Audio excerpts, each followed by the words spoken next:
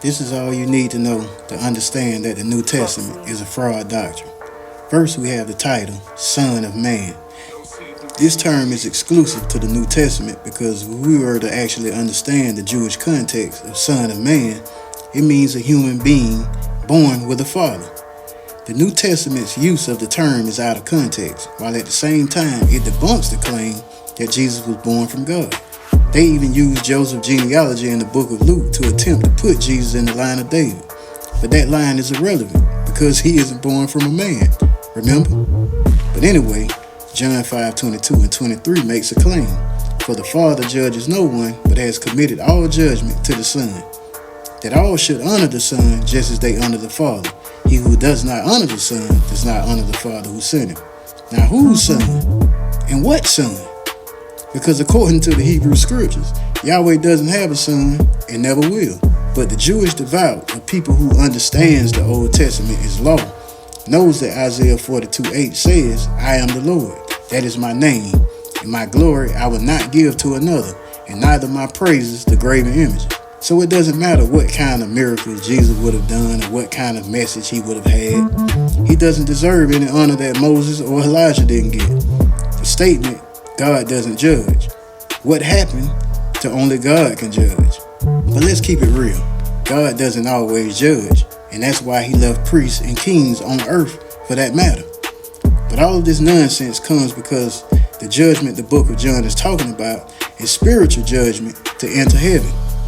But you should know heaven's residing in heaven with God is a Greco-Roman doctrine. The Jewish world had never adopted a belief of heaven until Jesus started preaching it.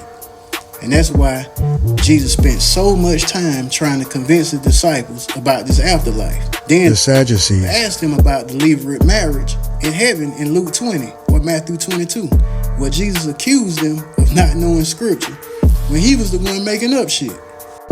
He tells them that they are in error of the scriptures because in heaven they don't marry, and Moses proved that when he said Yahweh was the God of the living. The only problem is Moses never said that at all in that context. In Deuteronomy 5, Yahweh was referred to as a living God because none of the gods of wood or stone spoke back to them. God was alive because they could communicate with him.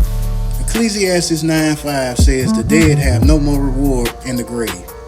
This heaven doctrine was created in the pagan world and was later adopted by the Roman Empire to stop rebellions, such as Romans chapter 13.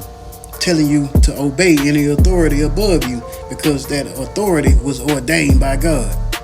It even tells the servants to be obedient to their masters and the masters to treat their servants kind because your master in heaven will judge you if you don't, which contradicts entirely what Jesus was saying. And that's the crazy thing. The New Testament doesn't even agree with each other.